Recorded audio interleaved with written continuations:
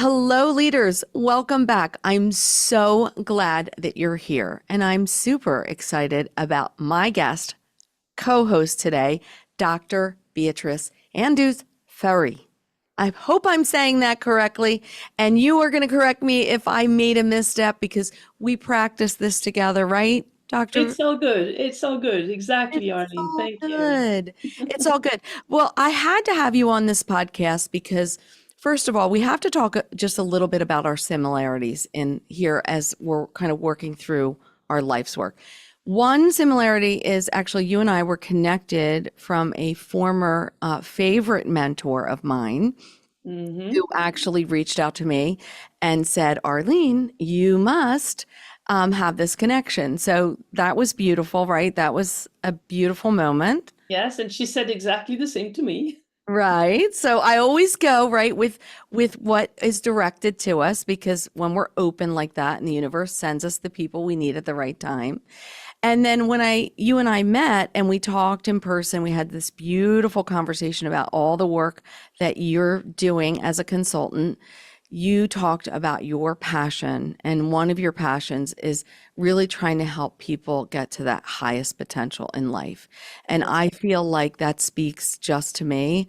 I feel like, that actually was the bio to my Courage to Care description for speaking engagements because that really was exactly my exact same background. So before we get started and before we talk about the most important topic that I think leaders in healthcare need to learn, which is connecting, back to purpose and how do they get their team members, staff members, and healthcare workers connected back to purpose.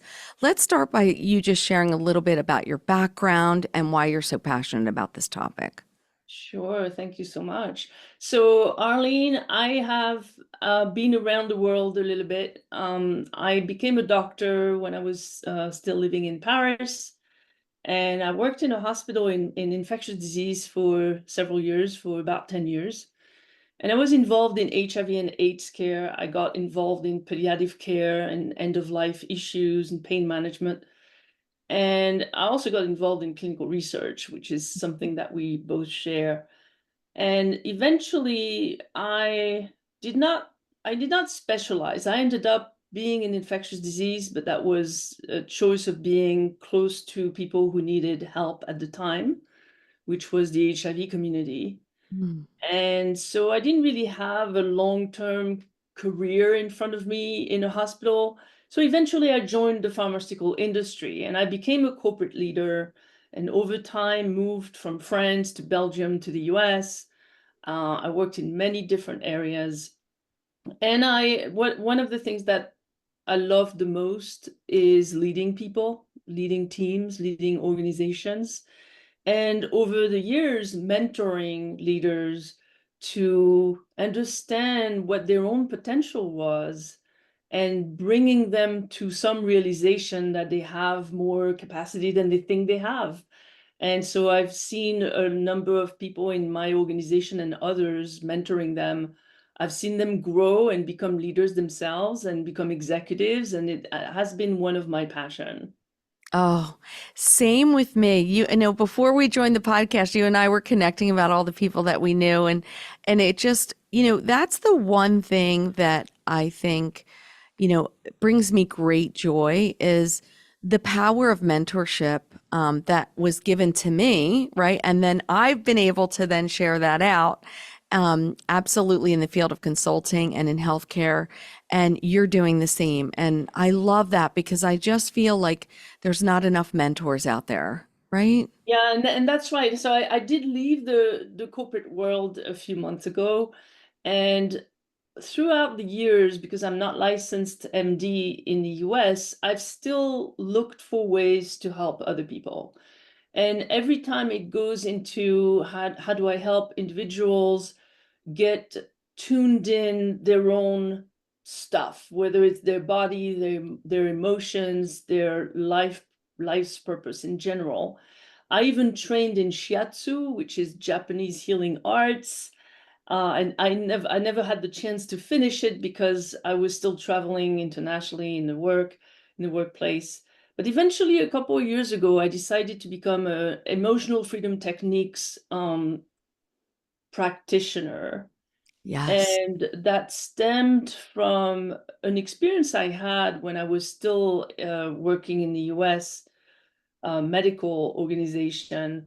I hired my own coach, and little did I know it helped me a lot professionally, but it helped me tremendously personally because that coach was actually a practitioner of EFT or tapping. And it Wow. changed my life. It changed a number of things for me. It released a number of emotional triggers that I had. It definitely helped me in the workplace because I became an executive a few months after that. Yeah. Um, but when we stopped that coaching contract with him, I felt like EFT was something I really needed, and I left it on the back burner for multiple reasons. Hmm. One of the reasons is professional. I was busy, I was traveling. It's always easy to find those excuses. But Right. another reason was I knew it could help me with my past experiences, whether, hurtful, traumatic, and it's very difficult to do that by yourself. It's Yes. extremely difficult to face yourself in the mirror and say, hey, I know I have some things I need to clear. I'm going to work on myself. So I never did. Right. And 2 years ago, I reflected back on that. And then I decided it's time. I really need to manage all of this. And I chose to become a practitioner because then I would know the techniques and then I would encounter more EFT coaches and practitioners that would help me in return. And that's exactly what happened. And then, as I certified in EFT, I left the corporate world. And here I am as a life transformation coach, utilizing EFT and trying to help those successful professionals like you and I were in the corporate world. Right. Really, they have potential. Some of them have amazing potential, but they're still held back by something. And so what I help them is to see their own potential and live their true purpose. I love that. And I will tell you, I keep getting stuck on this idea that, by nature of us as human beings, those of us who are called to the field of healthcare, this is our calling, right? We're not sure why, but it's just this feeling internally, right? And I want to believe that it's a connection to empathy and compassion for sure. But I do believe in the busyness of healthcare, in the craziness of healthcare. I think there are not enough times where people slow down their pace and they give themselves self care. And they That's right. look, like you said, at those things that are very triggering to them. A great mentor and a great coach will share that with you, right? But for the most part, for many people, they don't ever seek that. So let's talk a little bit about that. I mean, what are your experiences with that? So first and foremost, I decided that I wanted to be a doctor when I was 5 years old. Hmm. And by working with a number of healthcare professionals over the years, I can say that the majority had the same type of vocational drive very early on. And as you just said, they know they want to help people. They go into nursing school, medical school, or other type of it could be first responders, Dentists. Yeah. cops, firefighters. We all have that commonality of we want to help others. And I don't believe in coincidences. I believe people are, they're not ending into that type of vocation work without by accident. That doesn't happen that way. But what happens though is we all, as human beings, we all need to take care of ourselves. Mhm. And in fact, like when people ask you to put the mask on, the oxygen mask on in a plane before you take care of a child, the first time I heard that, I was a child. But the first time I was like, why would you do Why? that? But Same. when you realize purpose behind it is that if you don't take care of yourself, if you don't have enough oxygen, then you won't be able to help anyone Anyone. else. Yeah. And so everyone loses when that happens. So self-care is extremely important. And in the healthcare system today, I don't think we put enough emphasis on that. And unfortunately, that leads a lot of healthcare professionals to leave the profession that they have always said they would want to do, you know. Yeah. And I think that's a shame. So if we can help leaders in the healthcare industry get more tuned in to their own needs, then they will be able to help other people in their organizations. That's the bottom line. I agree, and I think I mean I'm just like as you're speaking, I'm picturing like hundreds of conversations I had with one-on-ones and having meetings and talking to staff individually about like where they saw themselves or where they wanted to get to in their career, right? And I think this idea of when you say to somebody, what is your purpose? What drives you? I think so many people are left scratching their head Yes. because they're really not sure. Like they really haven't given themselves enough time and space really just to explore that in curiosity. Like, Yeah. Yeah. In fact, the first time I really heard that word was probably 15 years ago. mm, And it was like being hit by a truck or a tsunami wave. yeah, It's like, hold on a second. I know I've always wanted to help people, but now I'm asked, what is my purpose? And oh my God, I have no idea. right, It's right. like, how It's come so I haven't hard. asked that question before, right? Right, And that leads to another consideration, which is we live our lives a little bit by default instead of taking an approach which we take in the business world all the time, which is planning. right, In fact, we plan for our own trips. We when we take the car to go somewhere, we put the destination in the GPS. We know where we want to go. And somehow or we plan vacation trips, right? And we plan all the things we're going to do during that trip. And that's how we make it happen. And a lot of times we actually don't do that for our own lives. mm-hmm, We mm-hmm, don't take a step back or take a little bit of pause and say, where do I want to be in 10 years? What is my destination, or at least the direction I want to go? And that's what purpose is. The question of purpose is really an introspection and a strategic thinking around where do I want to go? What is my aspiration? What is my vision? So that's what I try to help people do, is get deep into those layers of whys. Why yeah. do I do the things that I want to do? Yeah, and I think, that's a real call for leadership. I mean, when you really think about it, as leaders, to be able to tap into that in a conversation where you've made that sort of safe psychological space for someone to share, right? To be able to be vulnerable, to say, this is where and so they're ready to, right, to receive and hear your feedback, right? And they're ready to receive and try different things out. Like that really is the essence of exemplary leadership. Yes, and you said it really well, which is, I mean, we talk about psychological safety, but this is extremely important when you're a leader. Because if you have a conversation with someone who reports to you and you create this hierarchical energy, Mhm.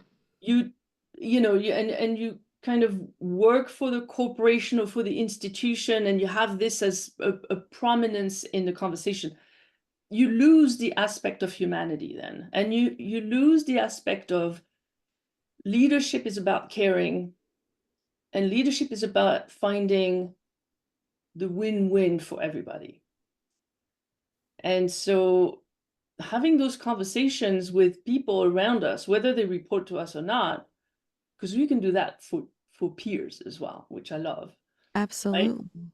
Is it's a it's a human interaction at potentially at the deepest level, and sometimes we don't allow ourselves, because of the environment in which we are, to have those more in-depth conversations. And as much as a leader can bring insights to someone in their organization, that someone also can bring insights to the leader if they're willing to listen. Yeah. It's a dual conversation. It's a dual way for me. I would agree. And it just brings me back to like Stephen Covey's work in The Speed of Trust, right? That's the foundation of the relationship, right?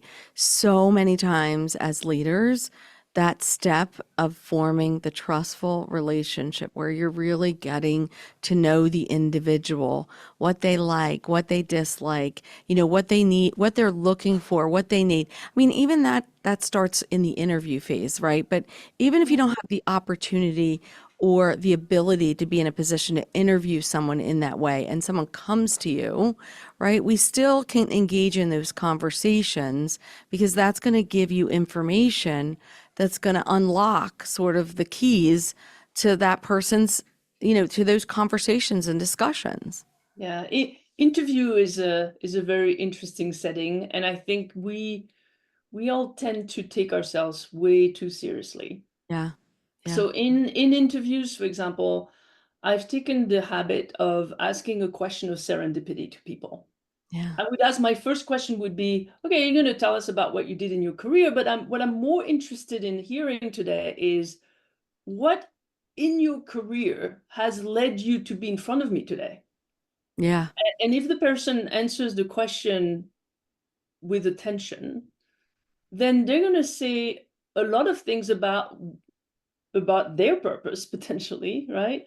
Mm. And about why they applied for a certain role, and about why the organization and why you. So it's I've always loved that serendipity question, Mhm. and it tells you a lot. The way people answer, it tells you a lot Yeah. about them. And then I've also tended to, if it was allowed, sometimes you had HR come back and say, "Really not." Right. But Right. I haven't gotten too much pushback on that one. I always put a little sentence at the end of my job description saying, "and have fun along the way." No, that's nice. You know, have fun along the way. I just think whether you are in the healthcare industry or somewhere else, if we just take ourselves so seriously that we cannot have a conversation about humanity and fun, we're losing the purpose of all things. Yeah.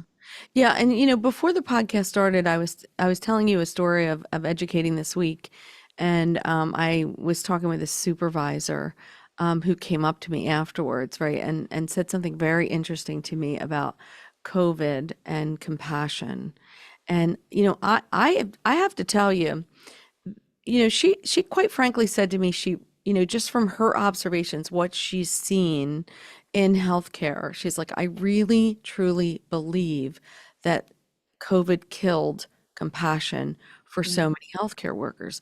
And, initially that stung, that felt like, oh, I don't want to hear that. Like that was a really hard thing for me to hear. And mhm, in my quiet reflection, when I really thought about it, and I thought about like everything, even in the world that we live in, how everything has seemed to change. And people have had this tendency now to sort of be, I don't want to say less compassionate, but they're really going about the busyness of their day, yeah, not paying attention to anything. So many people are stacking more and more and more on their plates. And so I feel like just in general, what you see is people are like one like match strike away from just exploding. right, right, And for me, that's so dangerous in healthcare, right? Because your customers are coming to you and they're sick and they're not well. It's not like they're coming to the spa for 2 weeks and they're like, woo, this is going to be a fabulous time here. They feel awful. They would be anywhere else but in your healthcare setting, right? But they need you and they need just someone to listen to them and someone to like be with them and to actually heal them. And if in the craziness of our world, if that's the undercurrent, how do we break through that and teach healthcare workers through leadership that no, we can be better and this is why. This Yeah. is why. Yeah, so I think COVID, if you just tune back into when we started the lockdown, Right. it's a world level, like a planet Earth level injury, right? And it has touched us as a species and as individuals, all of us, at some level of depth, for some of us, worse than others. And that when you have that type of traumatic experience, one way the body reacts to survive is freeze. Just, Mhm. it's beyond fight or flight. And I think a lot of us got into that freeze mode with COVID. And when we go back to the lack of compassion that you're talking about, I think it's a survival mechanism. It's a way of numbing yourself so that it's not too painful. And the Mm, challenge is that as a community of healthcare professionals and leaders in healthcare, if we don't tend to what happened to us there, how are we, going back to the oxygen mask, how are we going to continue helping others? And the risk is not only others will not have the support they need, but us as leaders, we may not provide the support for us ourselves.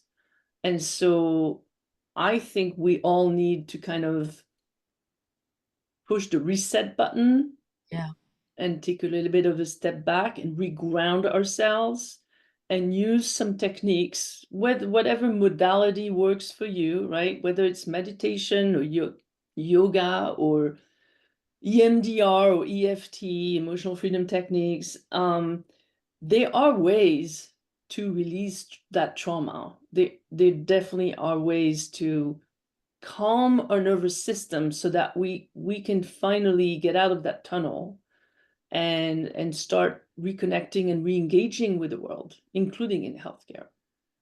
Yeah, it's so, so, so important because I just keep looking at the numbers, when we look at the healthcare workforce and the shortages and, not having enough, even like when I look at nursing, as a nursing educator, I'm always looking at nursing, there's just not enough instructors out there to be able to even educate the next workforce to come in, right? So, like all of these very complex challenges, again, it's a call for leadership, right? And, before this podcast, when you and I were just talking, we talked about this idea that, you know, the best leaders are leaders that can look at anybody and see the good in them, right? They can look at anyone and find that one thing that's really good in that person.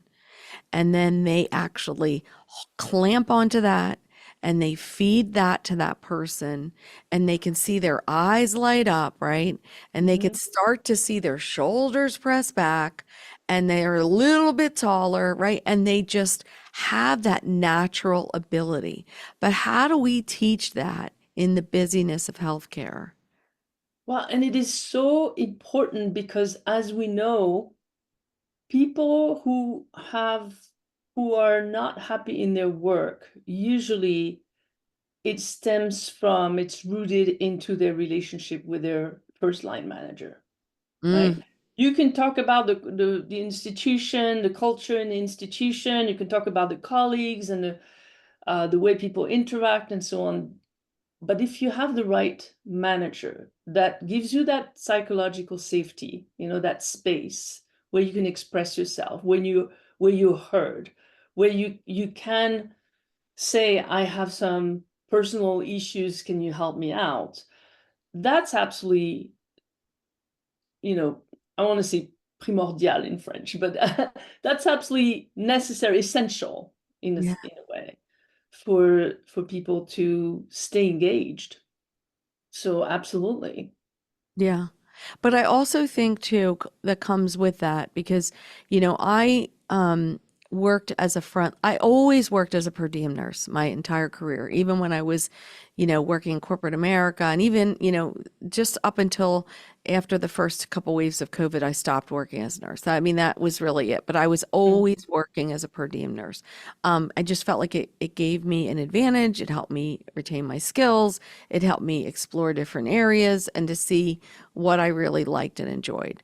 But one thing is for certain that I have seen in a failure in leadership in healthcare is a failure in holding staff accountable when the behaviors are not full of Mm. compassion, empathy, and love, right? So if you are working alongside of people and they're not good team players, or they fail to even want to engage with you because maybe they don't like you at all or they don't like something about you, right? That is going to take a leader who is armed with the skills to be able to a de-escalate that, b help self-reflect, that person to self-reflect, to them understand like what's the impact of those behaviors and how it's affecting the entire department, right? And see how does that ultimately affect everyone's ability to be a healer in the healthcare space. It affects everything. But I really truly believe this lack of taking action Mm. is crippling the field. And I do think that sometimes in healthcare, you could have a really great leader, right? But if I have to go to you 10 times to talk to you about this one person that I work with that just is constantly making it difficult and challenging for me every day, and nothing's being done about it, at some point, I'm just going to reach that tipping point and say, you know what, I can't do it anymore. Yeah, you have to hold people accountable. But there's multiple things that you said. And first, kudos to you to stay in healthcare throughout all these years in your career. That needs It to was be not said. easy, that's for sure. So yeah, I think when you have someone who is disruptive in a team, as a leader, you need to look at the whole picture, Right. right? And maybe it's something, and what I like to say for things like that is sometimes you don't know what you don't know, and you can't make assumptions. Yes. And sometimes people make assumptions and they say, well, that person behaves this way in the workplace. That means they're really not doing they're not in the right place. They have to go, and so on. So I think there's a little bit of a diagnostic here that needs to be done from a leadership standpoint to first not making assumptions and kind of keeping your mind open to what's happening for that person right now. Why are they not performing, or are they not integrating, and what's going on? And in some cases, if you do it with tact and care, you can actually identify the things that are not going well in that person's life. And being a leader in healthcare means care. Hmm. And caring means maybe the ultimate outcome is not forcing that person to stay in a role that is not for them, Right. or or or staying in an organization that is not the right organization for them at this point in time in their life. And I always wanted to find the win-win, to always find a way to say, I've had people in my organizations that were not performing or not doing what was expected of them or being disruptive to other people. And the best way to manage this is being really authentic and transparent and say, not shy away from conflict, because that's one of the problem we have with leadership is people who avoid conflict altogether. Yeah. And therefore, they're not addressing the issues at all. They're just pushing it around or trying to triangulate with other people. But when you can be really authentic in facing your people, and then showing that you care, then you can have a true conversation about what I see your potential. You have potential, but maybe that potential is not utilized correctly in the place where you are. And so sometimes it's you need to go, or let me help you find another place that will be more suitable for you in that moment. And I Yeah. want to go back for a minute into triangulation, because that's something that sometimes we get trapped into, and the example you gave was a good one.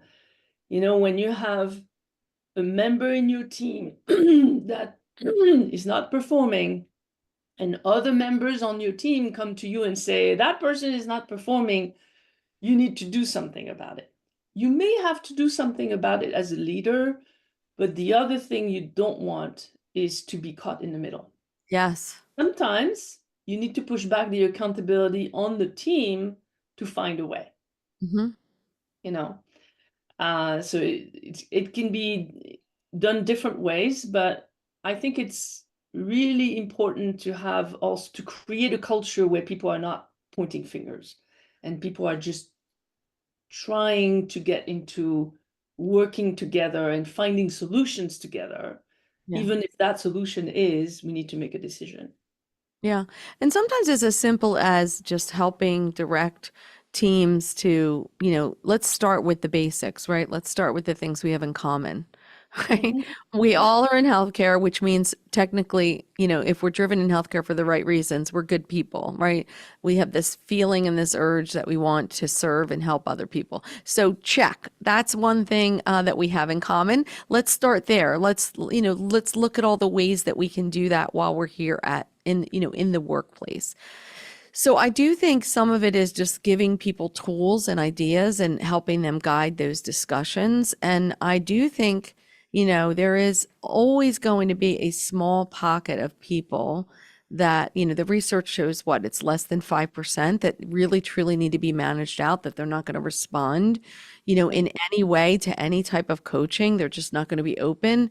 And you're going to spend all of your time as a leader managing those low performers, right? And not right. giving any attention to your high performers, which we know that's where you should be giving all your attention, right? So you can keep helping them grow and continue to thrive. But I do think a lot of it comes down to just, again, like looking at how we form the relationships with trust, making sure as leaders we're very, very clear and consistent with setting of expectations, because I've seen this happen in healthcare, right? That's how favoritism starts, right? I'm really comfortable giving you this set of expectations because this is easy and natural for me because, we're similar. But if I have to give that same expectation to this group over here, where they don't make me as comfortable and maybe that I get a little triggered by that behavior, right? Right. I'm not, and that's where that fairness or that argument of favoritism surfaces up. So as a leader, we really have to make sure that we're looking inward at all times. And I don't think that we always do that. I think the Right. tendency is to look out, like look out, instead of, like I always use it in my education, resist the temptation to look for blame, look at yourself, right? Look Absolutely. inward, Yes. I right? think this speaks also to the power of unconscious bias, because sometimes we're not even conscious of it. And so that fairness you're talking about, that's a quality of a leader, to always look for these opportunities to bring first a team culture together surrounding you and your team, and make sure that decisions are not made based on some kind of favoritism or some kind of preference. And the best way to do that is really to empower your team members to give you insights and speak up and tell you what's going on, what's working, what's not working. And so in leadership, there's always good value in having those one-on-one conversations and those team conversations, and have those team get together quite regularly. And this is where not taking ourselves too seriously comes in for me, Yeah. which is I recognize the value of having a team meeting and having an agenda and making sure that we follow the process for that meeting and that there's outcomes and meeting minutes and so on. But there are team meetings that need to take all of that out the picture. Yeah. Just break You the know, script. stand Yep. up, stand up once a week, in the corridor meetings might be more effective sometimes than having a very structured conversation. Right. And I reflect on, can I give you an example of something Yeah. I learned? A restaurant chain, I won't say the name, but a restaurant chain that I came to appreciate does that with their waiters and waitresses. When they come in to start the day, the entire staff stands in the middle of the dining room Mhm. and they all go around the circle and they have to say what's going on in their personal life right now that could potentially prevent them from being nice to the customer. Mm. Mm. And by doing that, they hear each other, they care for each other, and they Right. kind of reset the button so that they spend the whole working day caring full-heartedly, wholeheartedly to their customers. And I think that's what we need in healthcare. Mhm. We need Mm. healthcare professionals to have, and the staff, and any other staff that's surrounding healthcare professionals, um, be available, have this generosity in them. So that means they have catered to their own needs, or at least they have been able to express themselves, or they have been heard in a way. And the other thing that we haven't really talked about yet is there are some professions that are culturally very competitive, Mhm. and that also happens in healthcare, unfortunately. And going back to what you said earlier, finding that commonality, we all here because we had a purpose to help others. Let's keep that in mind, as the red line, the impetus for us to be together. And that's where I'm I think the establishing that culture is so important in a team that takes care of patients. Oh, it's so incredibly important. And, it just makes me think of, all the years that I worked, as a nurse, as a professional nurse in any kind of healthcare setting, right? It was those moments where, huddles were great, right? Because you got that immediate information in real time, like people gathered you together. And I would argue to say that, if a leader doesn't believe they have enough time to do a huddle, a daily huddle with the team, then what message do you think you send to that team? You're certainly not sending a message that you feel that you value them, right? That you value and respect them, because huddling is more about sharing of information and bringing people together and helping people recognize that, okay, this is our challenge of today. I talk about this a lot in education, that when I was a nurse, I just, I really reflect back on, there was never a point in my education where somebody said to me, now, every single second of the day when you're working is going to be unpredictable and or maybe full of challenge, right? You may be constantly in a state of uncertainty, even if you achieve mastery in your skills, because people are people and things happen in healthcare, right? Mm. Things can happen with family. You can have medical emergencies, their equipment doesn't work, blackouts, like a million things, right? And I think as human beings, sometimes in healthcare, there's this strong desire that people, I constantly hear like, we don't have enough staff, we don't have enough staff. And although I don't want to disrespect that argument that people have, I would also argue that, is it that we're not teaching people how to work synergistically together to support Yeah. one another in those really difficult and peak challenging times? Because I've done that myself, even in COVID. Like, I still have a little bit of PTSD from that, because there were moments where, there weren't people there, right? And Mhm. so, it was taking care of residents. And like for me, at the end of my nursing career, most of my early nursing career was all hospital based, and at the end I came into long-term care, right? And I really, really, remember thinking to myself, how am I going to do this, all of this? Like, there's none of us. Like, how are we going to get people up and dressed And you know what? With the right conditions and the right people, it does somehow happen, right? When people are coming together. And so I really want to see more of that in healthcare. Like I want to see that spirit surface.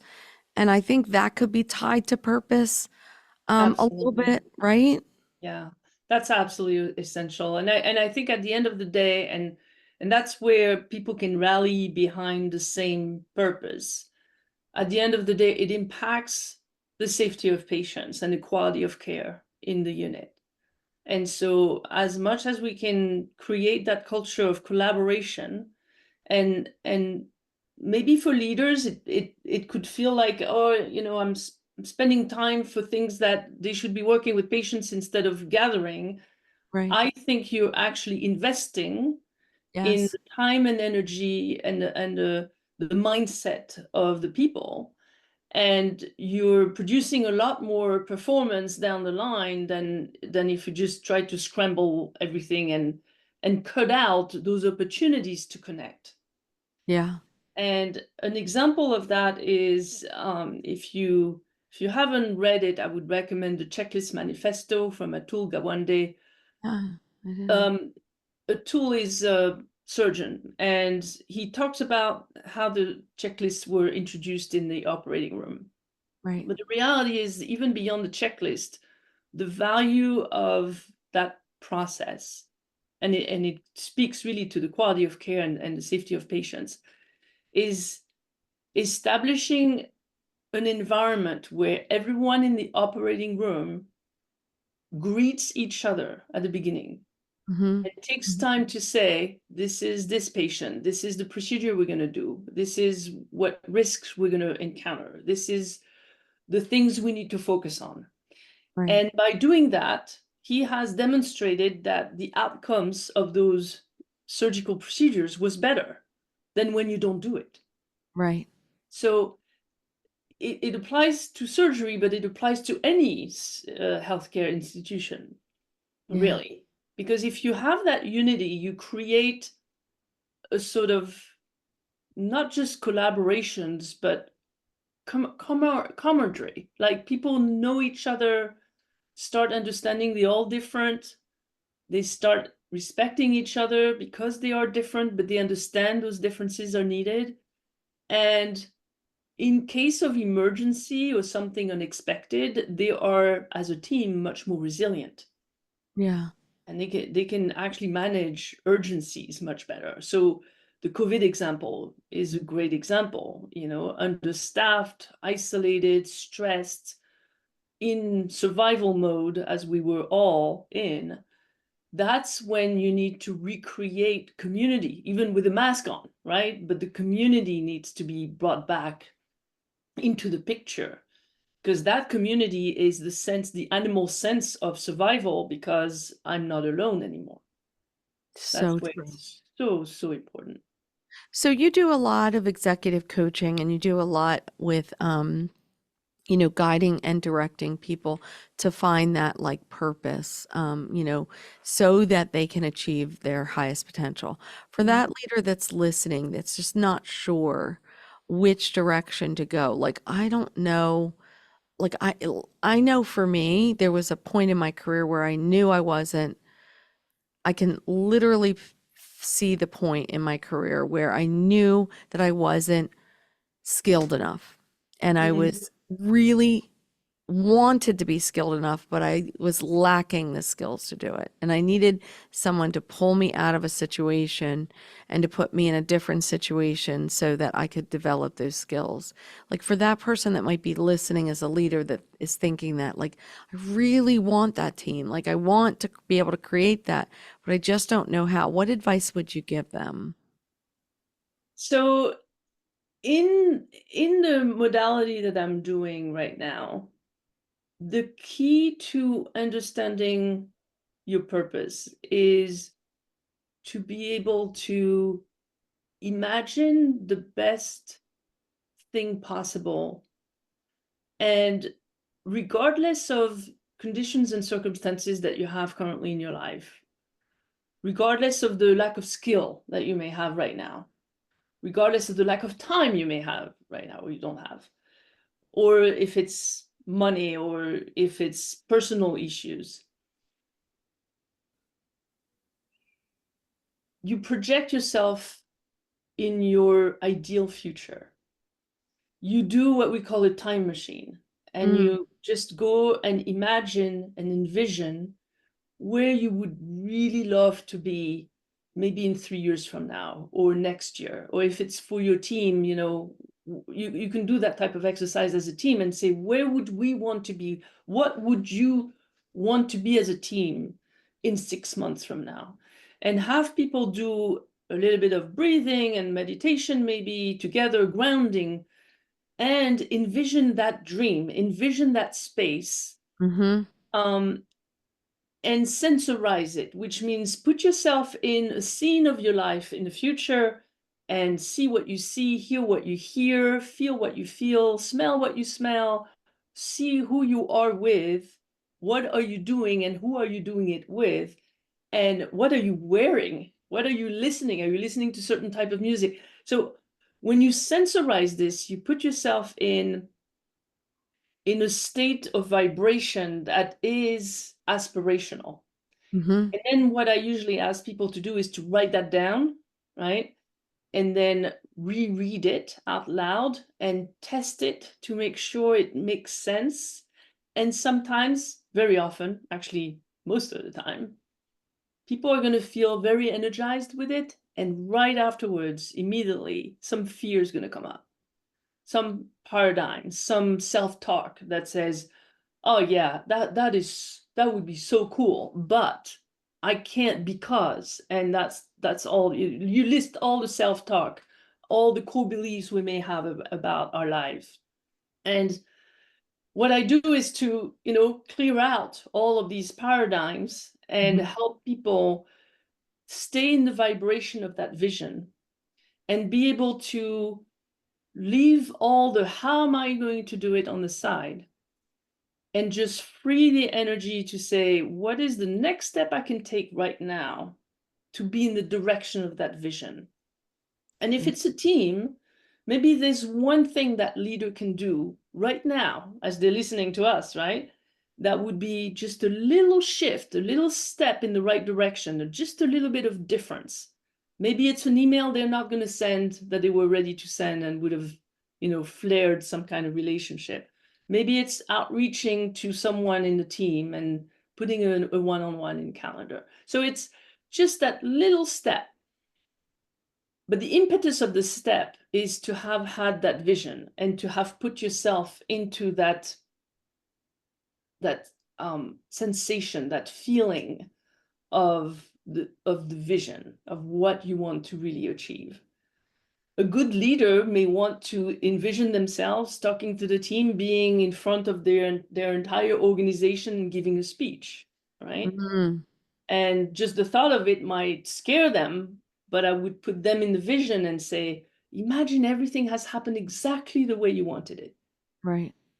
And forget about how am I going to do that? How am I do have the skill set? It doesn't matter at that point. But if you can project yourself and say, oh yeah, I can see myself talking to my team and energizing them, engaging them, inspiring them. Mm-hmm. And I know, oh, and I'm going to be wearing this, and I'm going to feel the light on my face. Right? You kind of sensorize all that. Now you have created potentially something real, Yeah. but it's a vision, and staying in that vibration of that new reality is a way of manifesting it. So that's what. I I love that example because it took me right back to this year. I attended a writer's workshop at the Hay House Convention in Arizona, and that was one of the exercises that I decided to do with two of the partners that I was with. In my writers group, we were doing it together.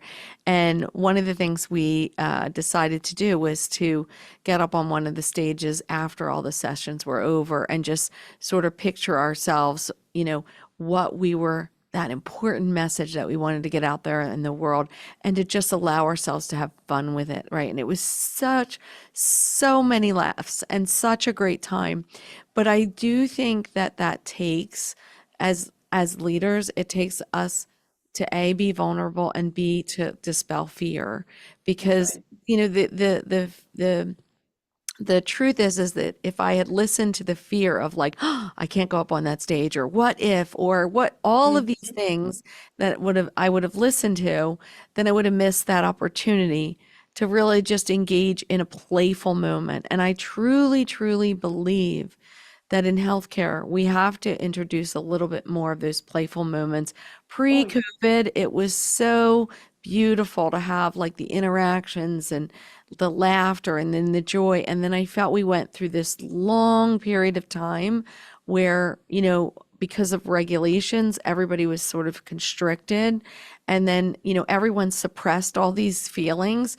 And I truly don't believe we've gotten back to a place where we're playful again and allowing joy to set in. So I love that you created that picture for people, because for so many in healthcare, as leaders, I hope that that's a picture that they're, envisioning, because we know that, of course, will impact healing of the patients that they serve. Absolutely. And that fear that you're talking about, an important aspect of manifestation is understanding that when you feel that fear, it's actually a sign of growth. It's not Mm, something you want to shy away from. You don't want to say, oh, no, I can't be scared. It's normal to be scared. It's normal to feel that fear. right. So imagine I will tell you an image from Mary Morrissey. She explains that really well. She says there are some people in the desert at night when it's full pitch dark who would continue walking because it's a better time of day to walk in the desert, and they would have these lamps on the top of their feet. Mm-hmm. And so the lamp shines a little circle around you. That's your comfort zone. Yeah. And fear or darkness is at the edge of your growth. It's at the edge of that visibility that you have, of what is familiar, what Yeah. is your habits, your current state, right? And your brain is going to try really hard to keep you safe, the primitive brain. And the primitive brain hates change, hates it, Yes, it right? does. Right. So every time you have fear of something, it's a sign that you are at the edge of that light.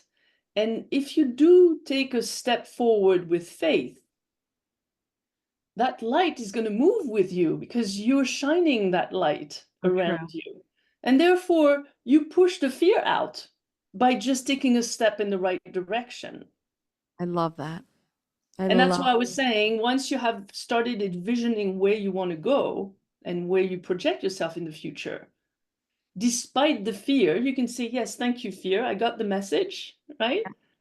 But I know I'm in the right direction because I have you, and you're not going to have me. And you Right. take a step and you see that you push the boundaries as you take steps in the right direction. Oh, I love that. I absolutely love that. And I feel like we could talk for hours about this topic. So we may have to have like a part two to this podcast. But I feel like our conversations were just so beautiful in the sense that we really had just this moment to just really take the learnings that we had. And you and I have talked about this, having the benefit of having really good mentors early in our career to help guide and direct us. It's essential. And by us giving back to people and giving back to leaders, we create that pathway for them. So before we end this podcast, I want people to know where they can reach you if they want to find more on your work, and really to just even look into working with you as a coach to really, unblock some of those things that are preventing them from stepping forward and like embracing that future that they were destined to do in healthcare. Of course, and thank you for the opportunity. So I will give you the website address, and then you'll see that that word you can then use it to find me on social media and by email. So the website is themudojo.org. So it's the mu dojo dojo.org. And the reason I called my business the Mu Dojo is because dojo is a place where people think about it as martial arts, right? As a space for martial arts. The reality is, in the Japanese culture, dojo is a space where you grow your life, where you create community and find yourself and find others. Wow. And the concept of mu is the concept of nothingness. However, nothingness is already a word, so it's already something. Mu Yeah. is not even that. It's not even nothingness. It's this vacuum that encompasses everything.